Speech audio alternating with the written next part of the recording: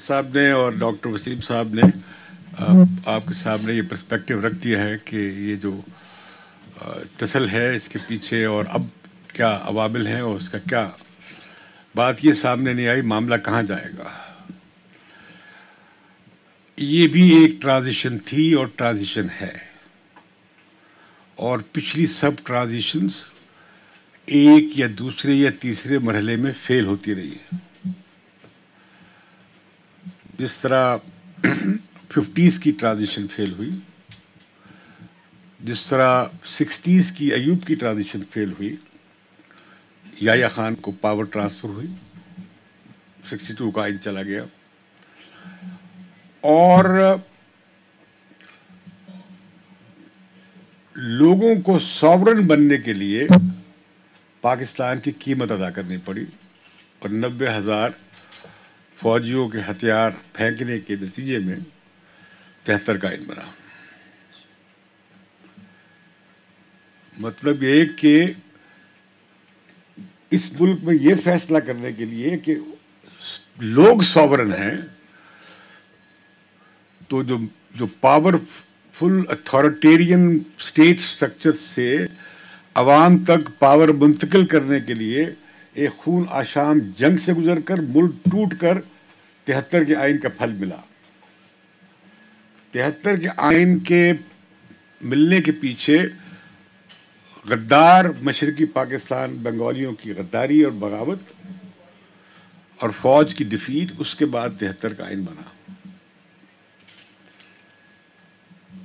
اس کے بعد کی ساری ٹرانزیشن پھر ہم دیکھتے ہیں فیل ہوئی، اور جو 73 کا آئین کا پھل ہمیں 77 میں جو ایکسٹرا جو جس طرح وسیم صاحب کے تجزیہ اگر ہم 77 میں لے جائیں تو بازار کی قوتیں اور وہ جو سیکشن سے پاپولیشنز کے اور ریلیجس رائٹ اور آرمی، ان سب کا ایک بلاک جو ہے اس نے ڈسپلیس کیا اس سارے parliamentary frame work, political power.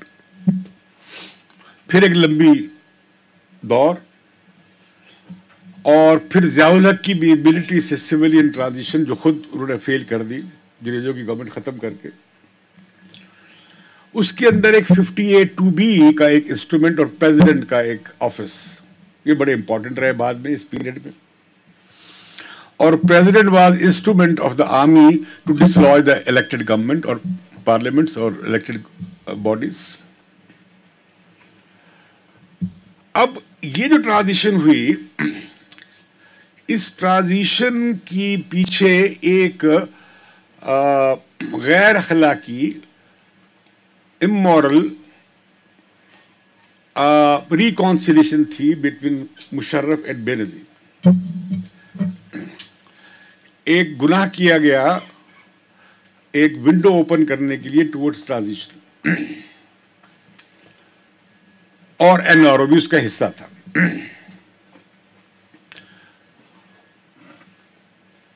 جب بے نظیر واپس آ گئی، ڈیفائی کر دیا، تو این آر او ٹوٹ گیا، جو انڈرسٹینڈنگ تھی، جو ارینجمنٹ تھا وہ ٹوٹ گیا، اور وہ چیف جسٹس کی گھر کی طرف چلی گئی، اور ایمرجنسی کے خلاف اس نے پوزیشن لے لی۔ لیکن وہ جو امورل ایکٹ تھا engaging the military rule dictator, that brought both Nawaz Sharif and Benazir into the electoral fray, which disrupted the whole plan of Musharraf to continue. اب جب ڈیموکریسی ریوائیو ہو گئی تو دو بڑے اہم واقعات ہوئے۔ ایک واقعہ تو یہ ہوا کہ پریزیڈنسی میں پی ٹی آئی پہنچ گیا، جو کہ نہ لغاری بن سکتا تھا اور نہ کیا تھا نام ان کا، نہیں جو نواز شریف کے تارڑ صاحب وہ بیٹھے رہے پریزیڈنسی۔ تو یہ جو پریزیڈنسی کا اسٹیبلشمنٹ کے ہاتھوں سے نکلنا یہ بڑا واقعہ تھا، اور اس میں جا کے کون بیٹھ گیا؟ مسٹر 10%، جس کے نام پہ بدکاری کو مستقل چسپاں کر دیا گیا تھا، بدکاری کے بورڈ کو۔ اب جمہوریت کو ایسے محافظ ملیں گے بیچاری جمہوریت کو اس بات کا اندازہ نہیں تھا کہ ایک بدکار جو ہوگا جا کے پریزیڈنسی میں بیٹھے گا اور وہ انسٹرومنٹ نہیں بنے گا جی ایس کیو کا اور راول پنڈی کا ٹو ڈسلوائے ڈیموکریسی. دوسرا یہ ہوا کہ وچ از انپریسیڈنٹڈ ان ہسٹری کہ چیف جسٹس صاحب عوامی لہر کے کندھوں پہ سوار ہو کے پہنچ گئے عدالت عالیہ میں واپس. یہ دو نہیں. اب اس میں ایک اور فیکٹر شامل کر لیں. جب جمہوریت آتی ہے تو ملٹری کے لمبی آمریت کے پیریڈ میں جس میں آرمی مونوپولائز دا پاور تو ویریس competitors ہیں پاور کے they start vying for the space within the power structure. اس میں میڈیا بہت فرنٹ فٹ پہ آیا ہمارا, اس نے اپنی اسپیس بہت بڑھائی. اب تو ہم واقعی سمجھتے ہیں کہ ہم fourth pillar of the state ہیں, as if we constitutionally fourth pillar of the state ہے. اور دوسرا یہ کہ جوڈیشری نے اپنی اسپیس ایکسپینڈ کی. اور تیسری بات یہ ہے کہ جس ایگزیکٹو کو ہم صبح شام جو پیدا ہوئی ایک ملامتی فیل سے ہوئی تھی, وہ مشرف کے ساتھ این آر او والا بدفیلی والا کام جو تھا, جس کی پیدائش ہی حرامی تھی اس ٹرانزیشن کی, تو وہ اس میں اس کے بطن سے جو نکلی تو وہ اس میں یہ ہوا کہ اس نے ایک نئی شکل لے لی. جس ایگزیکٹو کو ہم کو کہتے ہیں کہ بہت بری ہے اور نااہل اور نکمی ہے, ایسی تو کبھی نہیں دیکھی تھی بری.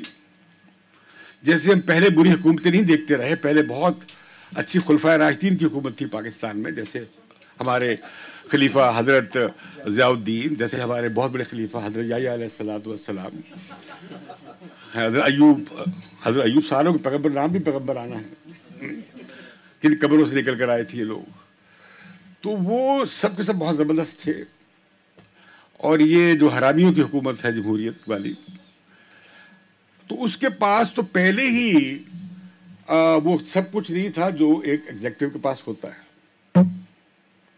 ہم نے دیکھا انہیں ریٹریٹ کرتے ہوئے ملٹری اسٹیبلشمنٹ کے آگے, اور بار بار ریٹریٹ کرتے دیکھا ہے. اور جن کے پاس تو ایک اے این ایف کے بریگیڈیئر کو بھی اپنی پوزیشن میں رکھنے کا اختیار بھی نہیں ہے. اور جہاں ریفرنس کیا ہے انہوں نے میمو گیٹ میں, یہ بھی ایک بڑا انٹرسٹنگ معاملہ ہے کہ ادارے اپنے اپنے دائروں میں کام کریں. یہ بڑا مسلیڈنگ ایڈیم ہے, میٹافر ہے. اس میں 3 ادارے نہیں ہیں ریاست کے. اس میں ادارہ ہے کہ نیوی اپنی جگہ ہے, ایئر فورس اپنی جگہ ہے, آرمی اپنی جگہ ہے, آئی ایس آئی اپنی جگہ ہے. یہ ادارے اپنی اپنی جگہ کام کریں. What are we saying? اس کا ریفلیکشن ہوا جب کیس سپریم کورٹ میں گیا تو اداروں نے اپنی اپنی اداروں میں رہتے ہوئے اپنی اپنی آزادانہ پوزیشن لی. Where was the government? The Prime Minister and the government and the ادارے were at the loggerheads in the parliament.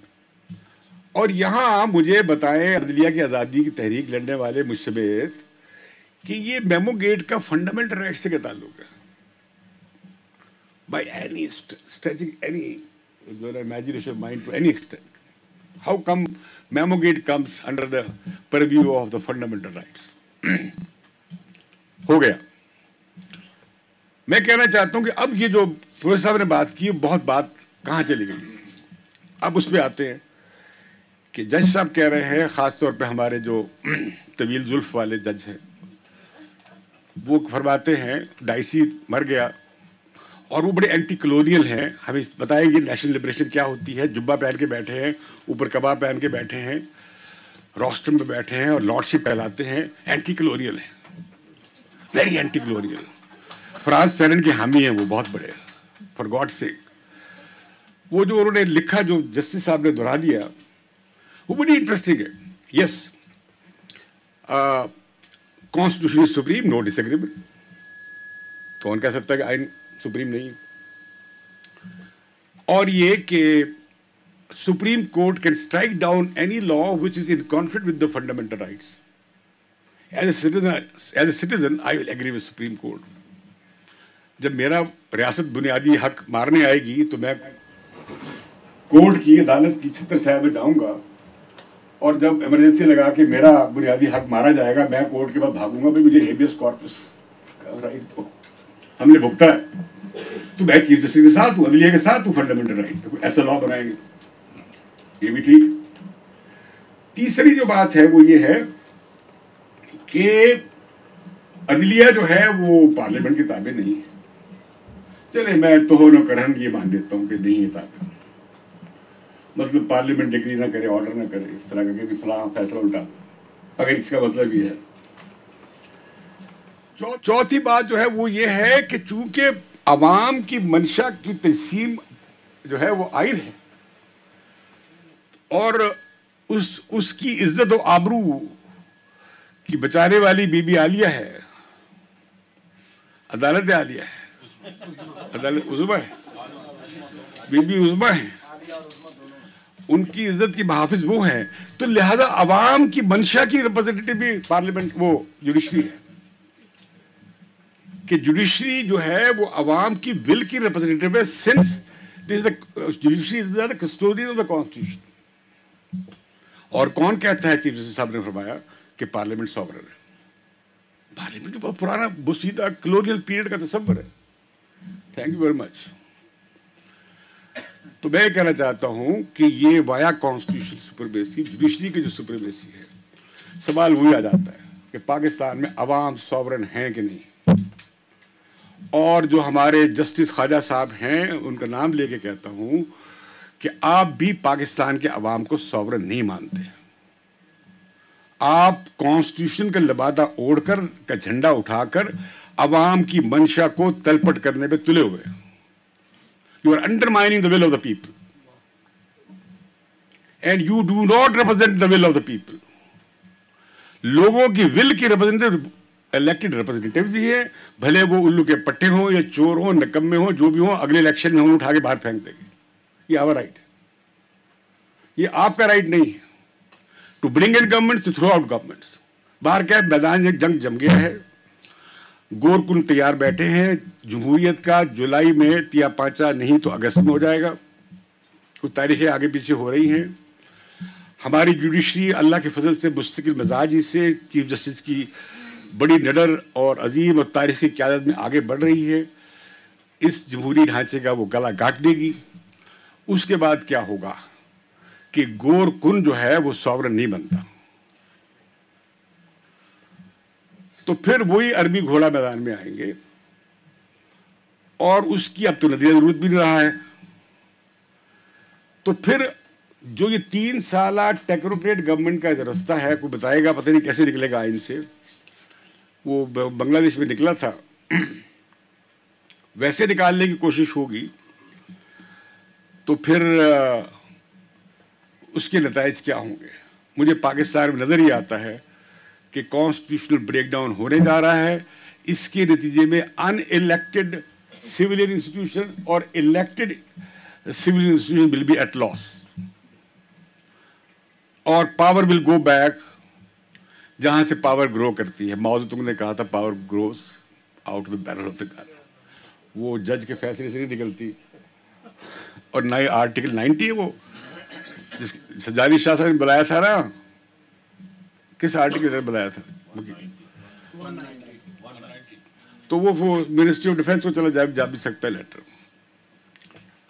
اور تو میں کہنا ہی چاہ رہا ہوں کہ صورتحال بہت خراب ہے. کانسٹیٹیوشنل بریک ڈاؤن ہونے جا رہا ہے. اس کا حل یہ ہے کہ ساری political forces be they in the parliament اور outside the parliament should agree on 3 things. First, اس پہ ہو گیا کام, فخر الدین جی ابراہیم پہ اتفاق ہو گیا ہے کہ ایک آزاد چیف الیکشن کمیشن. دوسرا ہے care taker government. Care taker government میں مشکلات ہیں. ہو سکتا ہے اگر سیاسی قوتیں ہوش کا مظاہرہ کریں. تاریخ پہ میرا خیال اتفاق ہے. میں ریویل کر رہا ہوں, آپ رپورٹ کر دیں. میرا خیال تھا, میں نے کہہ دیا تھا اپنے انٹرویو میں کہ اس پہ اتفاق ہو جائے گا کہ چیف الیکشن کمشنر کون ہوگا, اور وہ فخر جی ابراہیم پہ اتفاق ہو گیا. وہ ان میں ہو گیا تھا, مجھے خبر مل گئی, میں صحافی ہوں اس لیے بتا رہا ہوں. تاریخ پہ بھی اختلاف نہیں ہے. کیونکہ نومبر میں انتخابات کروانے والوں کو محکمہ موسمیات نے اور قدرت نے ان کی جذبات پہ کچھ تھوڑا پانی ڈال دیا ہے. وہ جنوری فروری میں ہو جائیں تو میرا خیال ہے میاں صاحب کو بھی اعتراض نہیں ہوگا اور عمران خان کو اعتراض بھی نہیں ہوگا. الیکشن ڈیٹ پہ جھگڑا نہیں، جھگڑا ہوگا کولیشن پہ. اب سوال یہ ہے کہ کولیشن فوج بنائے گی یا سیاسی جماعتیں بنائیں گی، یہ طے کر رہے ہیں.